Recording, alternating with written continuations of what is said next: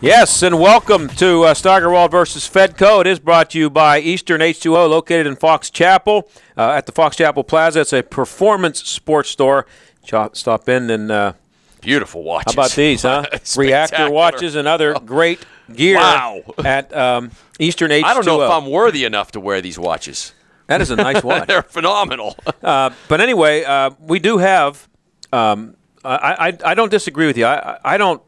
I'm not a religious person. I was raised a Catholic. I understand faith and religion and understand people who do have faith. In some ways, I even actually envy them a little bit. But it's not a matter for me of thinking that Ray Lewis is wearing his faith on his sleeve in public is not genuine, but I would be more likely to trust him for being genuinely a faithful person, a religious person, if he did it in a more private way. To seek out that area of the field so that he made sure that there were as many cameras around him as possible and make a spectacle of his faith. I know, is that proselytizing? Is that what is he doing a good thing by doing that as a person who's trying to promote his faith? Or is he drawing attention to himself? And is that, where's the humility that's supposed to come with your faith? You tell me. You know what? I'm not here. I don't want to judge him, so I'm going to defend him. Yeah. Because I think he just wanted to thank God as fast as he could. He didn't care if he was on the field or if there were people watching him. So I'm going to give him the benefit of the doubt that he has been so emotionally caught up in this ride, and now think about it from Ray Lewis's perspective, and I thoroughly believe that God is answering his prayers, because I think the guy is a guy of faith. Again, I'm not. Who's to me to judge? All I can do is what I'm seeing and hearing. But here's Ray Lewis before the playoffs begin. Right before they begin, says, "I'm retiring." Right. Okay. I'm going out. Talks a lot about God, and they've won two pretty miraculous games. Okay, they go into Denver, heavy underdogs. They win that game. They go into New England, extremely heavy underdogs. They win that game. Now he's going to the Super Bowl in Ray Lewis's own world, which, of course, is very much centered around himself, like all our worlds are centered around ourselves. You know, he's had a couple of really incredible miracles happen to him. So I think he's a man of faith. I believe that. And he just was going to hit his knees and thank God. He didn't care if there were 300 cameras around him. Now, I can understand the media saying, okay, he's, showing off. He's on a street corner, like it says in the Bible, don't be on a street corner, acting like you're a guy of faith. Do it behind closed doors. But you know what I mean? I also can understand that he just wants to thank God right away, and that's the way I interpret it. And I think it's cool. So I really liked it. I really liked it. I knew the media, when I'm watching that shot of him kneeling and the media surrounding him there, we're going to go after him for that. I liked it. I think it's one of the reasons they're winning. Of course, the media and the cameras and everybody else are all perfectly free to not take his picture, too. Right. So and they decide to do it. But what about the classic argument from the guys who playing for the Patriots? They prayed to win, too. There's somewhere over there on that roster, there's a guy who's every bit as strong in his faith as Ray Lewis is, and he hears Ray Lewis saying, God shined on me today, God chose our team, and boy, God is great because we won. How does that reflect back on the other? All I can tell you is that, it's not for us to ask why God answers some prayers in some ways. I'm always one to believe I am a pray-to-win guy. Mm-hmm. I am a pray-to-win guy in anything.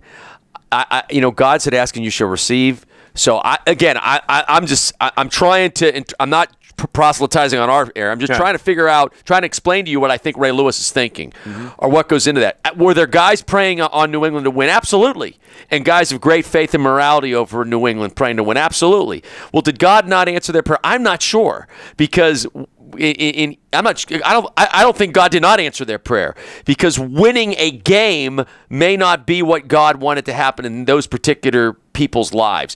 God's timetable is different than others. So, I believe God answers all prayers if it's done with incredible faith. If you pray to win a game and you lose that game, maybe there's a lesson that God wants you to learn. So, in my opinion, I can live with that. I can live with praying to win a game, not winning, and then saying, hey, God, why did you do that? No, it's not for us to answer why God did it. He has his own timetable on things. That's how I interpret it. All right. That's good enough for me. And it's a good explanation.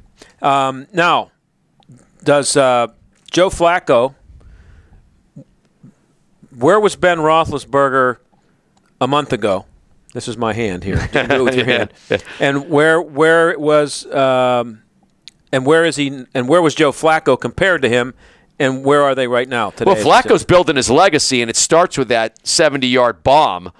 To pull out a miraculous win. I mean, when Roger Staubach became what I think is one of the all-time legendary quarterbacks in my mind, it was that Drew Pearson pass in Minnesota in '75. Yeah. Well, guess what? Flacco's got one of those. That's right. Okay, so now the legacy's building, and the fact that he's doing incredible feats, which is going into the backyard of Peyton Manning and Tom Brady and beating them, is absolutely putting him on a stage now in the top 5 quarterbacks. Now, it's not over. Maybe he goes into New Orleans and lays an egg. I don't know. Okay, we're going to find out here. But his resume's building. As Tomlin likes to say, it's on tape. Okay, right. So his resume's building. He's got a miraculous come from behind win on his resume, and miraculous is the only way to describe it. And now he's got 2 really incredible playoff wins. This guy goes in and wins a Super Bowl. Now all of a sudden he's put himself into the Tom Brady, Ben Roethlisberger, Peyton Manning fold. He's a young man.